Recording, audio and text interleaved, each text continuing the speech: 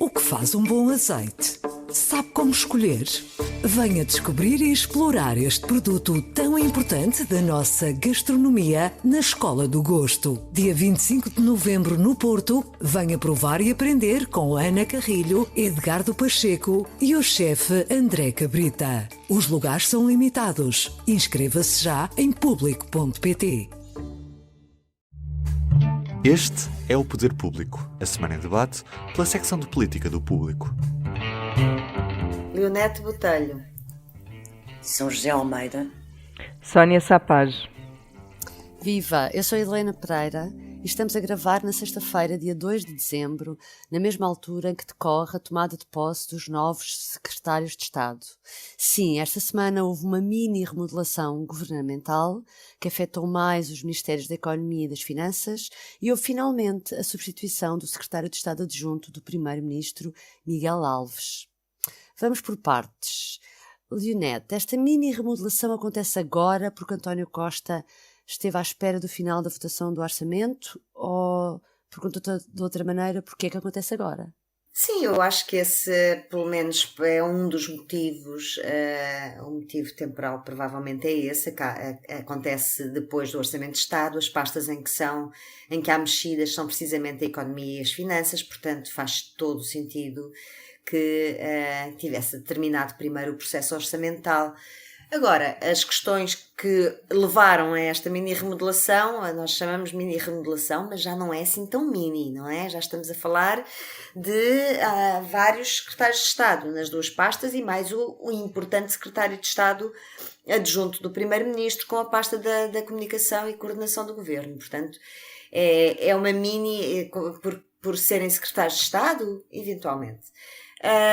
Mas sim, faz sentido que tivesse esperado. Agora, de que é que estamos a falar? Estamos a falar de a nível do Ministério da Economia, de uma discordância, de uma divergência já com contornos graves entre o Ministro e dois secretários de Estado, que vem do início do processo orçamental, que vem do verão, quando o Ministro defendeu um choque fiscal e uma descida geral dos impostos, nomeadamente IRC e IRC, penso que era a questão mais importante, e dois dos seus secretários de Estado vieram contrariá-lo.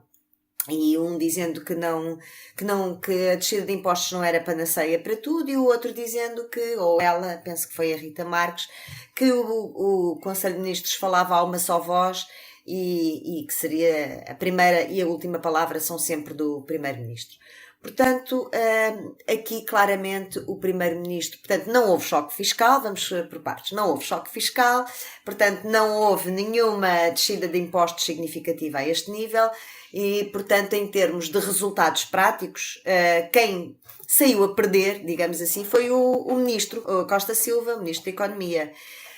Até porque aqueles dois secretários de Estado não foram os únicos que contrariaram aquela sua ideia.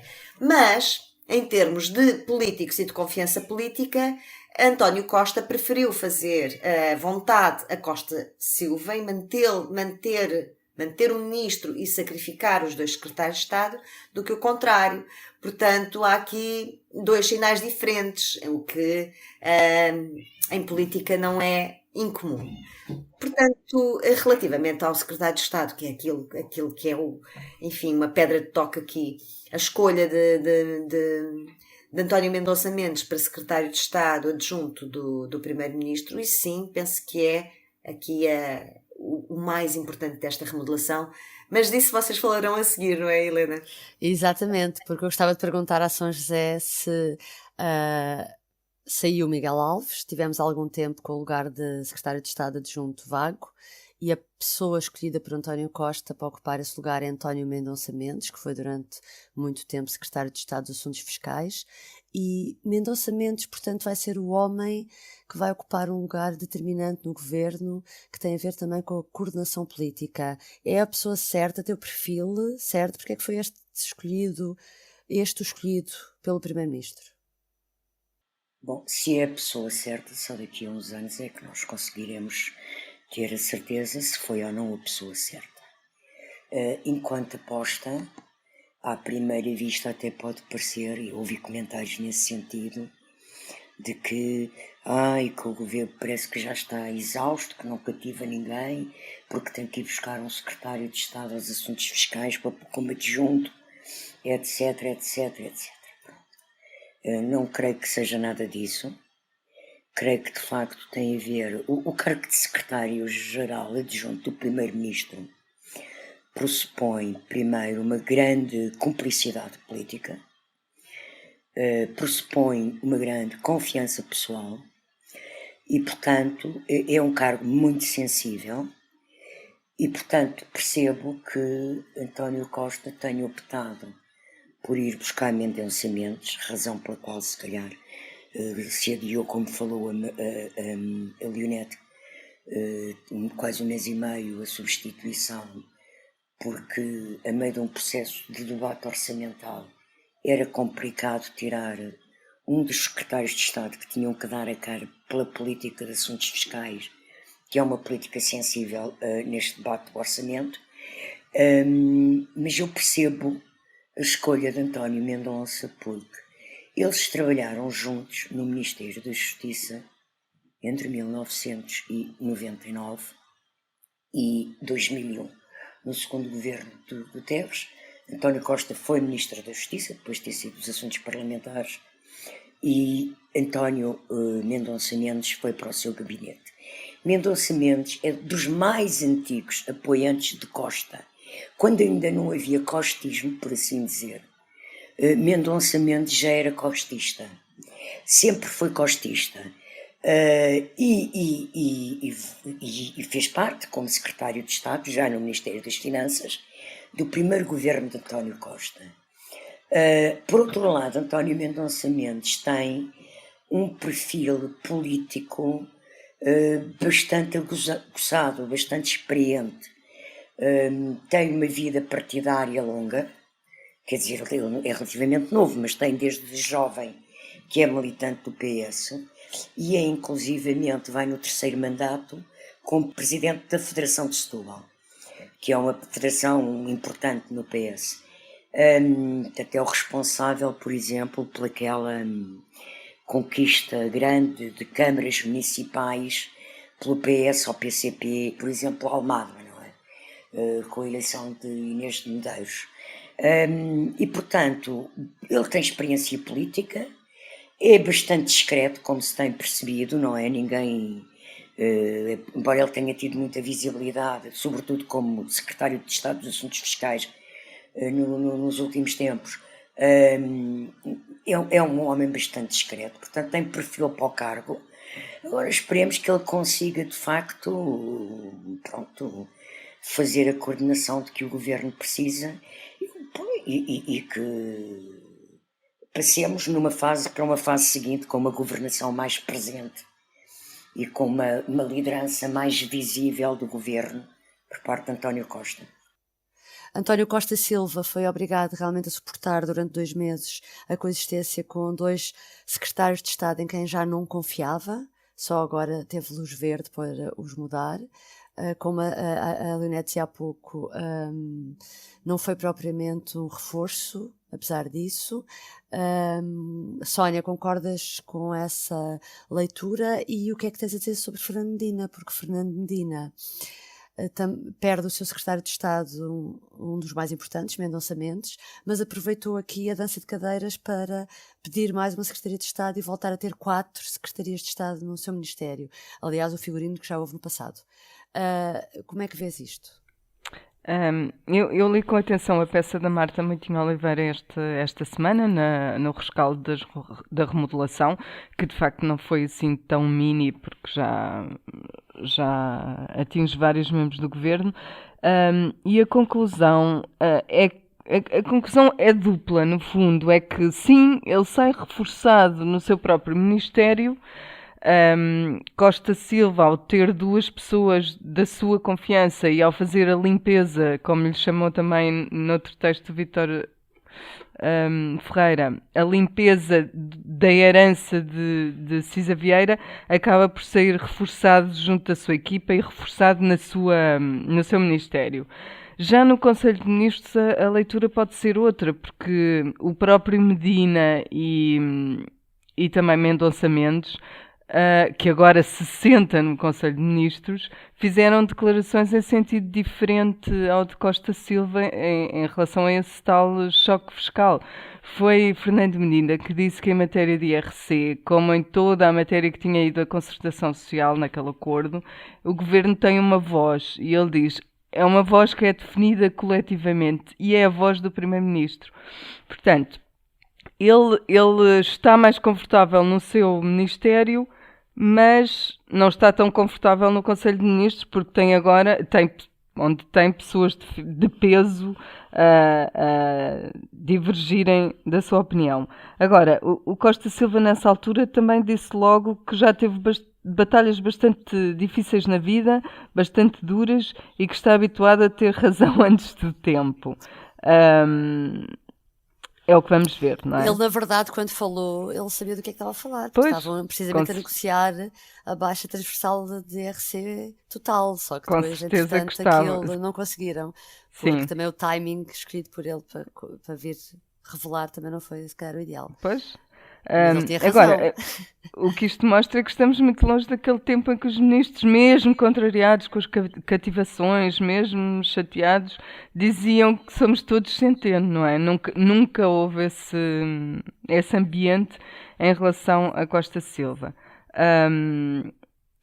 Sobre Fernando Medina, eu acho que ele, apesar de tudo, não perde o seu poder, porque uma pessoa que também era da sua confiança está agora sentada mesmo ao lado do Primeiro-Ministro, tem assento no Conselho de Ministros. Acho que jamais António Costa faria isto sem ser concertado com Fernando Medina. Não acho que seja um recado para lhe tirar peso político. Agora, eu, por acaso, ao contrário da Leonete e da São José, acho que o timing desta remodelação é muito relevante. Não por ser a seguir ao Orçamento do Estado, apesar de António Costa, eu percebo esse lado, é melhor ser depois do Orçamento, mas eu lembro-me que o António Costa dispensou o Mário Centeno na manhã, antes dele apresentar o Orçamento do Estado. Claro que quem ficou a seguir era João Leão, que era uma pessoa da equipa dele, mas isto tudo aconteceu em pleno Orçamento, portanto... Ele, se quisesse, sim, na altura, Sónia, resolver a questão, tinha resolvido há 2 meses. Sónia, a diferença é que, quando Centeno sai, quem sobe a ministro para discutir o orçamento era o secretário de Estado do Orçamento. Mas era o ministro, eu percebo, mas era o ministro. Ele não podia esperar mais. Pronto. Não podia esperar mais um mês. Aqui é diferente, tu ias ter a entrar 2 secretários de Estado que não estavam dentro do orçamento para discutir o orçamento no Parlamento. Eu acho, sobre isso, que o timing para ele foi ideal porque estás a meio de um Mundial de Futebol e é a melhor maneira de fazer passar uma remodelação de é uma perspectiva também. É uma maneira de ver as coisas. Acho que a meio do futebol nunca dás tanto valor a uma remodelação como é suposto, passa pelos pingos da chuva, etc. Porque a verdade é que os 2 problemas um já tinha mais de um mês, o outro já tinha 2 meses, portanto as coisas já andavam para aqui a pairar. Agora, eu acho que o Mendonça Mendes, se fosse para ser escolhido para aquele cargo de origem, tinha sido escolhido quando entrou o Miguel Alves. Portanto, ele é muito bom, conhecem-se muito bem, mas é sempre um plano B e é sobretudo alguém que eu acho que dá confiança total ao Primeiro-Ministro nos casos e casinhos que andam a pairar sobre o Governo. Acho que a decisão dele também teve a ver com isso. Esta é uma pessoa que lhe dá segurança nesse aspecto. E esse aspecto, neste momento, é muito relevante para um Governo que tem meses e que já se viu a passar por tantas questões complexas que uma delas acabou na demissão de um secretário de Estado. Portanto, eu acho que foi tudo junto, acabou por ser um momento ideal por tudo isso e acho que o Mendonça Mendes também é a pessoa ideal. Imagino que tudo tenha sido altamente avaliado, mas é a pessoa ideal também porque lhe deve ser a pessoa que lhe dá muita segurança neste aspecto. Esta semana, São José, também era a semana que estava previsto que fosse a semana da aprovação da eutanásia, porque era aquele dossiê que também estava à espera, lá está, do Orçamento de Estado, para voltar a ser discutido e ser votado. E à última hora a votação foi adiada para a semana. PS e PSD concordaram adiar por uma questão de cautela, fizeram bem. São José foi o Chega que pediu, porque queixando-se que houve uma alteração que tinha chegado às 8 da manhã e que não tinha tido tempo de ler o novo articulado. A mudança, a alteração do articulado estava consensualizada e parece-me que não era grave. Acho que isto é mais uma coisa, um instrumental do Chega para atrasar o processo, depois pedir uma audiência ao Presidente, que está muito preocupado, etc, etc, mais um aproveitamento para ter protagonismo. Mas é bom que o PS tenha aceitado, e o PSD, todos tenham aceitado, no adiamento para que o processo seja o mais limpo e tenha feito com a maior transparência e respeito por todos os procedimentos parlamentares, porque é uma matéria sensível. Agora, eu não sei se isto vai ficar fechado aqui assim. Em que sentido é que eu digo isto? É aprovado no Parlamento, tem maioria para ser aprovado no Parlamento, mas isto vai para a Presidência. E como a lei é uma lei nova, não é a lei anterior, que aliás outro dia eu e o Neto estivemos a falar nisto lá no jornal, como é uma lei nova, é um processo que começou do início, ou seja, o processo legislativo da eutanásia já há vários, não é? Este é mais um, porque nasceu com os projetos que foram refeitos já de acordo com o parecer as opiniões do Presidente, com os apontamentos do Tribunal Constitucional. Portanto, é refazer a linguagem para salvaguardar a lisura da lei, mas é um processo legislativo novo, e quando chegar a Belém, o Presidente da República vai mandar novamente para o Tribunal Constitucional, que eu não tenho nenhuma dúvida sobre isso. Se mandou todas as vezes até aqui, vai mandar também desta, não é? E vamos ver depois do Tribunal Constitucional falar, se o Tribunal Constitucional aceita esta nova formulação e esta nova linguagem. E se depois o próprio Presidente também aceita. Porque mesmo que o Tribunal Constitucional diga que está bem, o Presidente da República pode depois ainda recorrer ao seu veto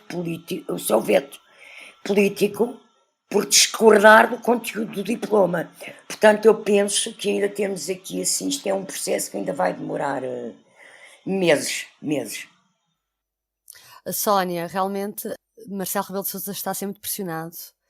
O ex-presidente Cavaco Silva veio logo falar na Renascença no início da semana, a pedir uma intervenção, e no fundo há ali uma parte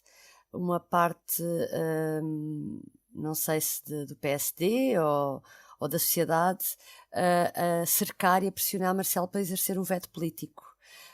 Concordas com o São José? Primeiro, é verdade que ele no passado sempre pediu primeiro ao TC que se pronunciasse, e portanto é o mais natural. E depois disso achas que há margem para um veto político se ele primeiro recorrer ao Tribunal Constitucional? Eu acho que é muito provável que ele volte a enviar o texto para o Tribunal Constitucional para ter a certeza absoluta de que está conforme a Constituição. Mas também acho que os poderes dele estão intactos. Portanto, ele pode realmente fazer o que entender. E aliás, ele diz sempre que há 3 cenários, que é a promulgação, é o veto dele, o político, e é o pedir a fiscalização do tribunal. Portanto, eu acho que ele ainda pode fazer tudo isso, pelo menos em teoria. Na prática, acho que os deputados se esforçaram muito, muito para que esta lei satisfizesse por completo as dúvidas, ou respondesse às dúvidas tanto do Presidente como do Tribunal Constitucional. E, portanto, já não haverá tanto por onde implicar, digamos assim. Além disso, já passaram quase 2 anos desde que se votou a primeira vez. Na altura dizia-se que era precipitado porque não tinha havido suficiente debate político e público. Agora já não tens também esse argumento. A lei já passou por dois parlamentos com composições totalmente distintas, esta de maioria absoluta, a outra de minoria, com a esquerda já não em coligação. Enfim, apesar de tudo, eu acho que vale a pena recordar uma frase do presidente, que ele disse não há muito tempo, no início do mês talvez, e que no fundo deixa sempre todos os cenários em aberto, que ele disse, é de facto muito criativo, só por ser criativo cheguei a presidente e só por ser criativo fui reeleito. É preciso muita criatividade para lidar com 3 governos diferentes liderados por António Costa. Eu acrescentaria que ele tem criatividade suficiente para lidar com esta coisa pela segunda ou terceira vez e ter uma solução essa frase criativa. Muito boa. É muito boa essa frase. Que nós se calhar nem estamos à espera. Sobre Cavaco, eu entendo que são as pressões normais, tanto do espaço político dele como de forças da sociedade. Ele, em 2018, apelou ao voto contra, em 2020 pediu um referendo e agora, em 2022, o que diz é que há um salto no desconhecido. Portanto, é coerente. Ainda continuando sobre Marcelo Rebelo de Sousa, Leonete, esta semana, mais propriamente esta quinta-feira, que foi ontem, o Presidente fez uma evocação da comunidade cigana a propósito do dia 1 de dezembro, dia da restauração da independência. Ficaste surpreendida com esta posição? Fiquei, mas deixa-me só voltar um bocadinho atrás, porque não resisto a dizer 2 ou 3 coisas sobre a eutanásia. E o que eu gostava de dizer é o seguinte... bom, em termos legais, em termos de pura aplicação, de puro processo legislativo, o Presidente não tem muitas alternativas. E irá, sem dúvida alguma, enviar para o Tribunal Constitucional, porque já disse que o ia fazer e, portanto, já o anunciou no verão ainda, ou antes. Portanto, aí não há nada que duvidar. Aqui a questão que não é tão clara e que também não é fácil de provar, mas como tese eu posso falar dela aqui, uma espécie de braço de ferro, pelo menos aparente para mim, que está a haver entre o Parlamento e o Tribunal Constitucional. Porque o Parlamento sabe, nomeadamente os que são a favor da votação da eutanásia, nomeadamente o PS, que indo para o Tribunal Constitucional, o mais certo é que a lei chumbe. Embora não seja muito claro das declarações anteriores, há de facto um grupo duro, um núcleo duro de juízes que são completamente contra a eutanásia e que encontrarão motivos, inclusive nesta lei, na qual falta alguma especificação ao nível ainda de conceitos, eventualmente da Comissão de Avaliação e Verificação. Por outro lado, o Tribunal Constitucional continua a arrastar as substituições de 2 juízes que já terminaram o seu mandato, um há mais de 1 ano, o outro há 4 meses. São ambos cooptados. Há um terceiro que acaba em março e há o risco de o Tribunal Constitucional arrastar essa substituição precisamente por causa da eutanásia. Portanto, pode haver aqui um ping-pong invisível que obviamente ninguém assume. E cuja principal questão é a eutanásia. Só queria dizer isto, não é fácil de provar, é uma tese, mas a verdade é que, de um lado, adia-se e o Parlamento tem estado a adiar sem motivos demasiado racionais. Por outro lado, no Tribunal Constitucional também se adia a substituição dos juízes e eu espero, de facto, que isto não esteja a acontecer. Pronto, dito isto, relativamente à evocação do Presidente da República de ontem a propósito da restauração da independência, achei muitíssimo interessante, inesperado, importante do ponto de vista das igualdades, mas também do ponto de vista de uma certa legitimação do ódio ao cigano que o Chega tem vindo a fazer desde que é partido político, ou antes. Aliás, desde antes, porque na verdade tudo começou com André Ventura numa campanha autárquica pelo PSD a falar contra os ciganos. Tudo começou assim. Portanto, campanha das autárquicas a Loures, e que levou que o CDS, que Assunção Cristas, a retirasse o apoio político e desfizesse a coligação no Conselho de Loures. Há essa legitimação antiga, que aliás quem está hoje no Parlamento como terceiro maior partido, como de terceiro partido é o Chega e o CDS não está lá, e isto é muito perigoso e portanto achei uma intervenção muito importante, muito interessante e sobretudo muito inesperada, porque se quisermos ser justos, este apagamento tem séculos, tem muitos séculos. Este apagamento dos ciganos da história tem muitos séculos. E, aliás, mesmo quando aconteceu isto, e os livros e o material histórico a que eu ontem consegui aceder mostram-no, quer dizer, havia já uma grande, digamos, até leis que impediam, que tiravam alguns direitos aos ciganos, e foram feitas leis específicas para aqueles 250 homens ciganos que lutaram pela independência de Portugal contra Castela naquela altura. Mas isso não se generalizou. Portanto, foram homenageados aqueles 250 que tiveram direitos preferenciais. Mas sim, é disto que se fala quando hoje falamos de memória, é disto que se fala, é refazer e colocar alguns protagonistas no seu devido lugar. E, portanto, achei muitíssimo importante, interessante, inesperada e com muita atualidade, porque estamos a falar desta questão dos populismos da extrema-direita e da legitimação de um certo discurso anti-cigano que, ao menos antes, havia algum pudor em fazer. Eu gostava só de dizer uma coisa.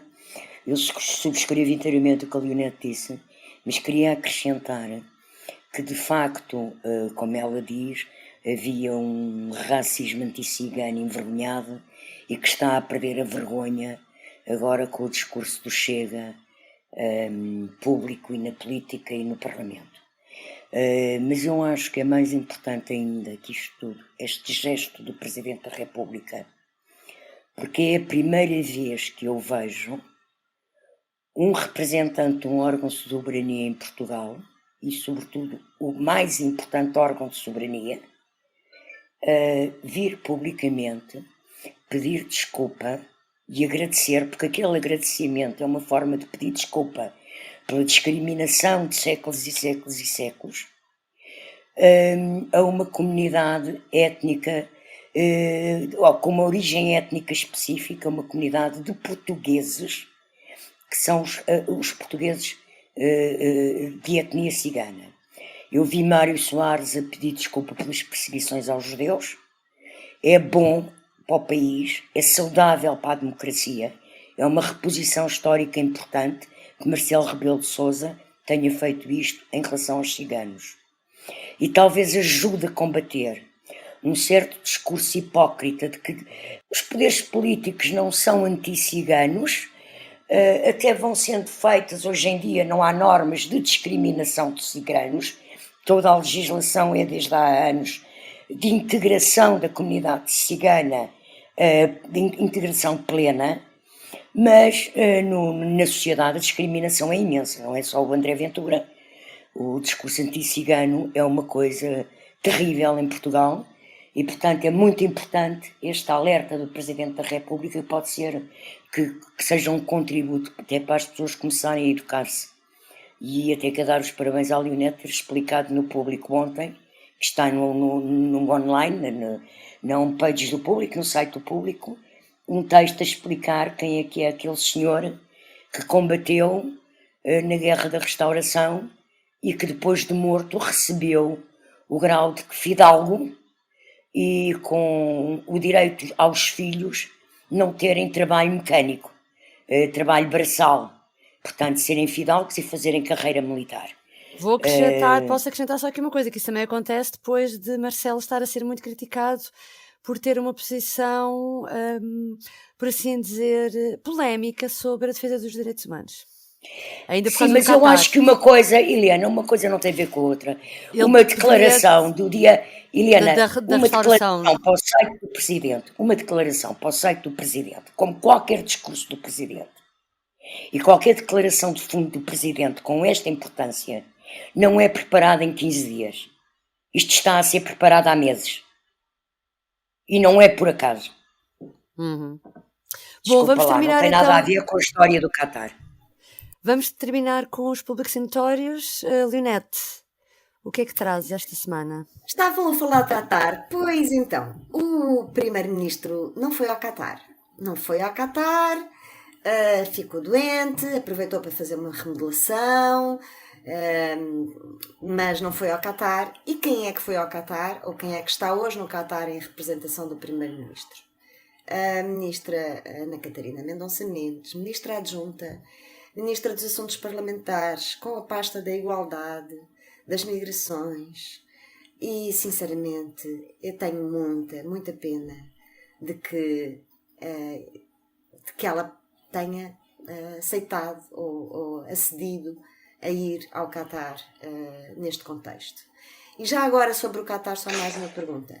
O primeiro-ministro ficou tão triste de não ter ido ao Qatar hoje, não ir ao Qatar hoje, que as únicas declarações que houve à saída do Conselho, da tomada de posse dos novos secretários de Estado, que aconteceram enquanto nós estávamos aqui a gravar, foram do primeiro-ministro a dizer que vai ao Qatar e espera que seja já na próxima terça-feira.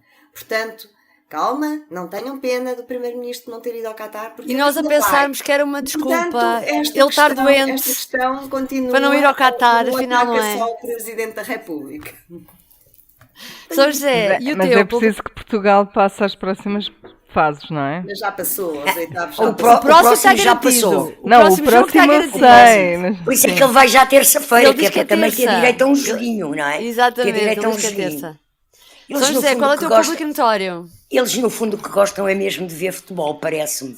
Isso eu não tenho E isso dúvidas. é mais forte que tudo. É, eu não tenho dúvidas. Ora, o meu é muito breve, já estamos aqui assim há bastante tempo. O meu público notório é uma notícia hoje do Público, que é o facto das duas maiores maternidades do país serem duas maternidades de grupos de saúde privados, que é o grupo Lusíadas e o grupo Luz Saúde, e qualquer uma delas fizeram mais partos do que a maior maternidade pública de Lisboa, maternidade Alfredo da Costa, e que é do Porto, que é o Centro Materno Infantil do Norte. Eu acho isto muito relevante.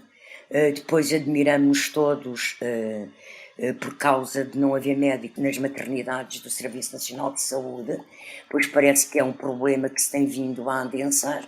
Os hospitais públicos e o Serviço Nacional de Saúde e o Estado pagam mal aos médicos e os médicos vão trabalhar para quem lhes paga bem e, portanto, a oferta dos privados suplanta neste momento a oferta pública.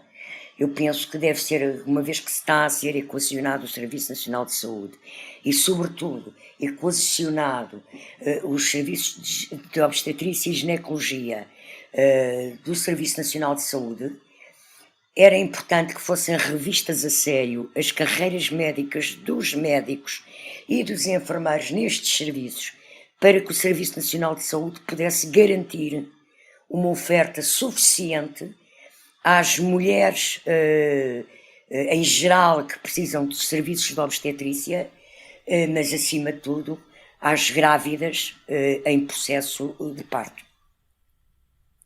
Muito bem, Sónia.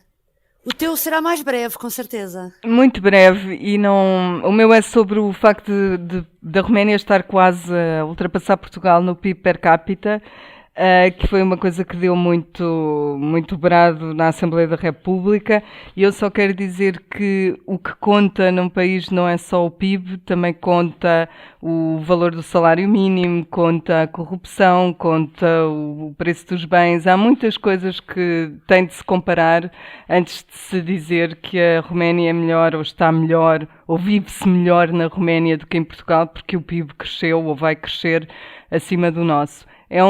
Olha, são pistas para trabalhos também nossos, ver como é que é realmente a vida na Roménia. E não olhar só para a estatística e para o número. Sim. Para ir à Roménia. Sim.